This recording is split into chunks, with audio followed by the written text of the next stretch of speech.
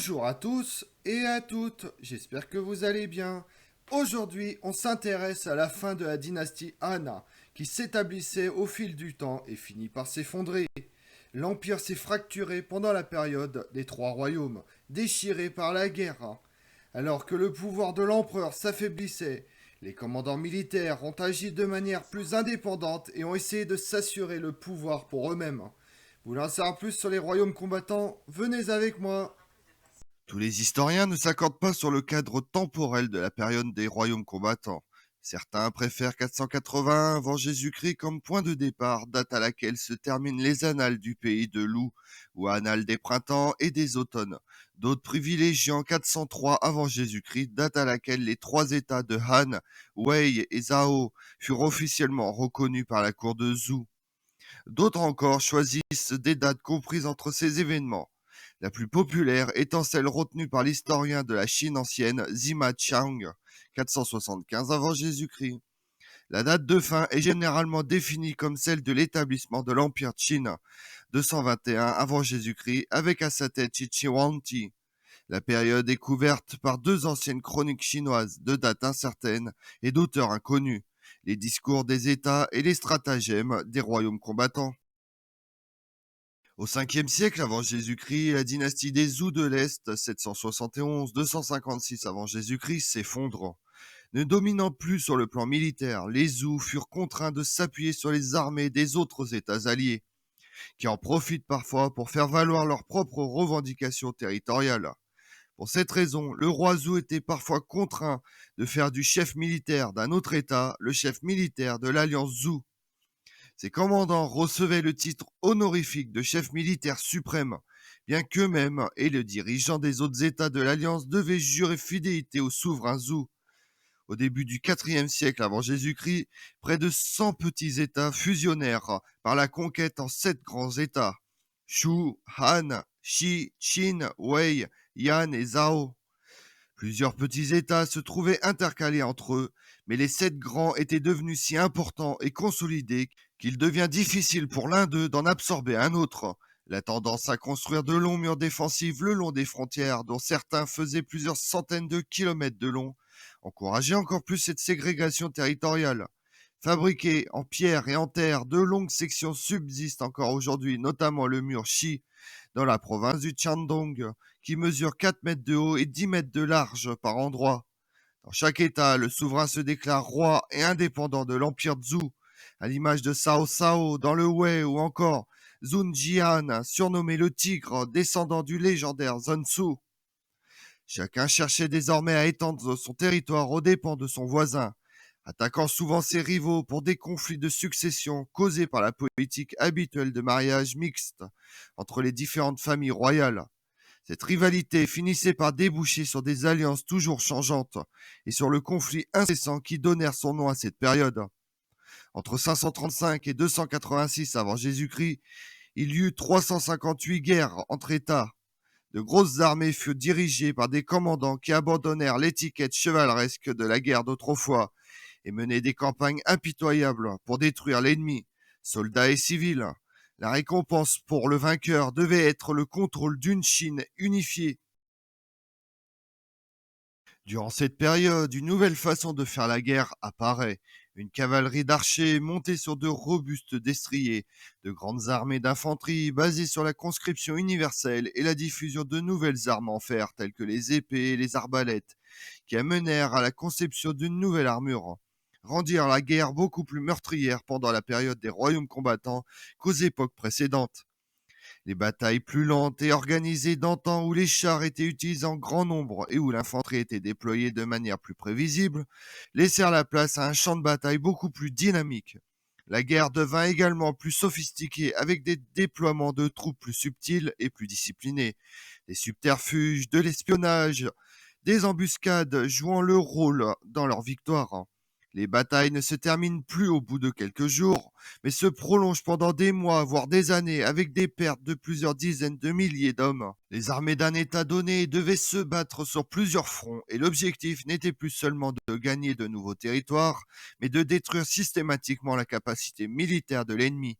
En raison de l'importance des effectifs, les soldats étaient relativement peu entraînés et la guerre devenait moins une question d'habileté au combat qu'une question de suprématie numérique, permettant au commandant d'écraser son adversaire sur le terrain. Une telle guerre continue d'entraîner un lourd bilan pour la population. À côté des invasions et des destructions de biens et de récoltes, on attendait des hommes qu'ils se battent pour l'État.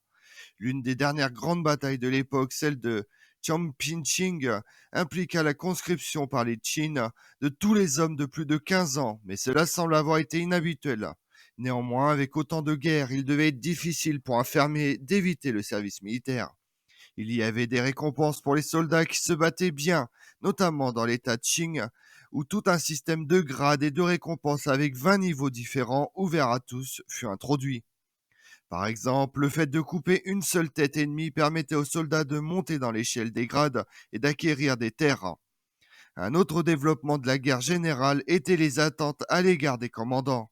Il ne suffisait plus de revendiquer un droit de commandement par la naissance, il fallait désormais faire preuve de compétences militaires exposées dans la pléthore de traités parus sur le sujet comme l'art de la guerre de Sun Tzu.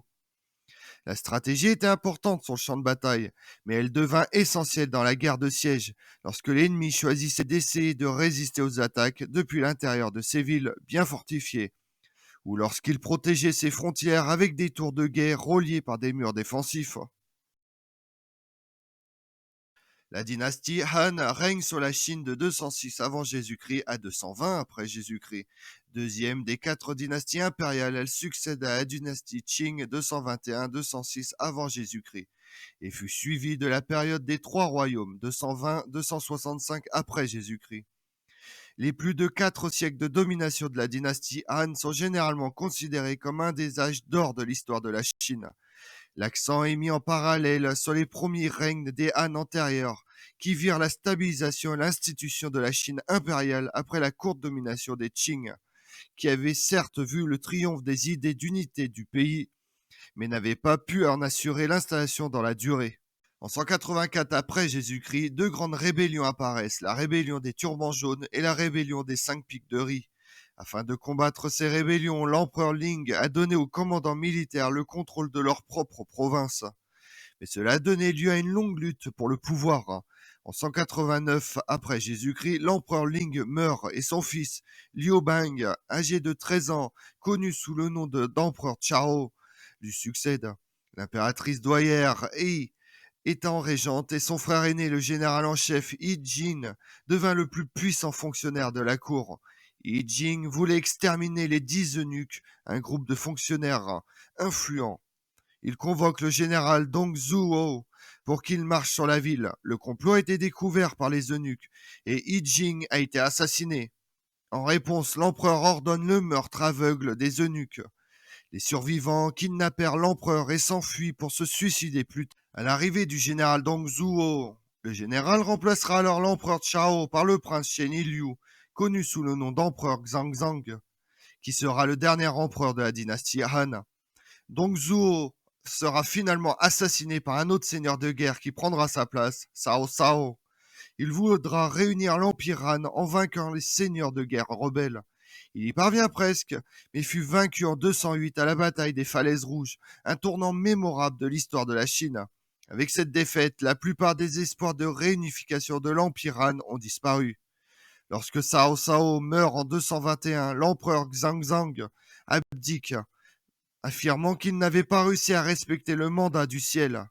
La Chine s'est scindée en 3 royaumes dirigés par des seigneurs de guerre.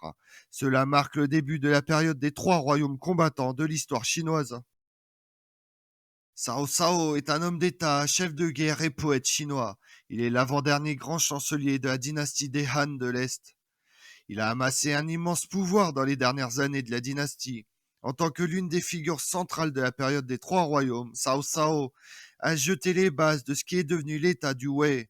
Il a été honoré à titre posthume comme empereur du Wei, malgré le fait qu'il ne s'est jamais officiellement proclamé empereur de Chine ou fils du ciel. Cao Cao reste un personnage historique controversé. Il est souvent décrit comme un tyran cruel et impitoyable dans la littérature, mais il a également été salué comme un dirigeant brillant, un génie militaire et un grand poète au charisme inégalé, qui traitait ses subordonnés comme une famille. Lors de la chute de la dynastie des Han, Cao Cao a pu sécuriser la majeure partie du nord de la Chine, qui était à l'époque la partie la plus peuplée et la plus développée de la Chine. Cao Cao a également réussi à rétablir l'ordre public et à reconstruire l'économie en tant que grand chancelier. Cependant, son contrôle sur l'empereur Xiang en tant que marionnette et figure de proue a été fortement critiqué, car les affaires de l'État étaient effectivement contrôlées par Cao Cao au lieu de l'empereur lui-même. L'opposition se rassemble autour de seigneurs de guerre, Liu Beng, Zhu Kang, qui Cao Cao ne parvient pas à réprimer. Cao Cao, en plus de la guerre, était doué pour la poésie, la calligraphie et les arts martiaux. Il a écrit de nombreux journaux de guerre, y compris des commentaires sur l'art de la guerre de Sun Tzu. Lorsque la dynastie Han s'est effondrée en 220, personne n'était assez puissant pour réunifier la Chine sous un seul et même empereur. Il en résulte la période des trois royaumes combattants, qui prend fin avec l'instauration de l'empire Wei avec Cao Pi, fils de Cao Cao. Ces trois royaumes, Wei, Shu, Yu, se sont battus pour le contrôle de la Chine dans une longue série de guerres.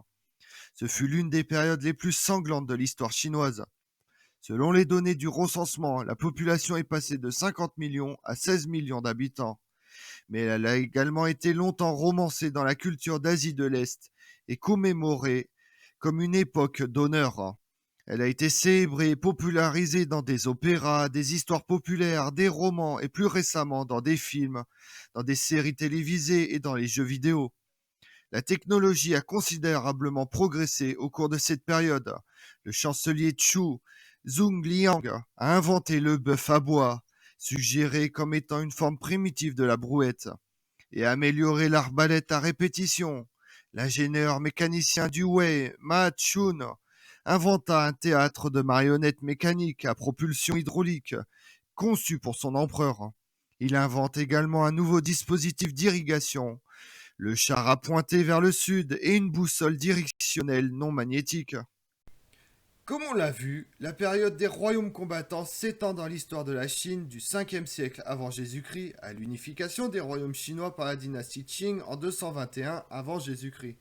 Ce nom lui est donné tardivement par référence au stratagème des royaumes combattants, ouvrage portant sur cette période. Elle correspond dans la chronologie dynastique à la fin de la période des Zhou orientaux.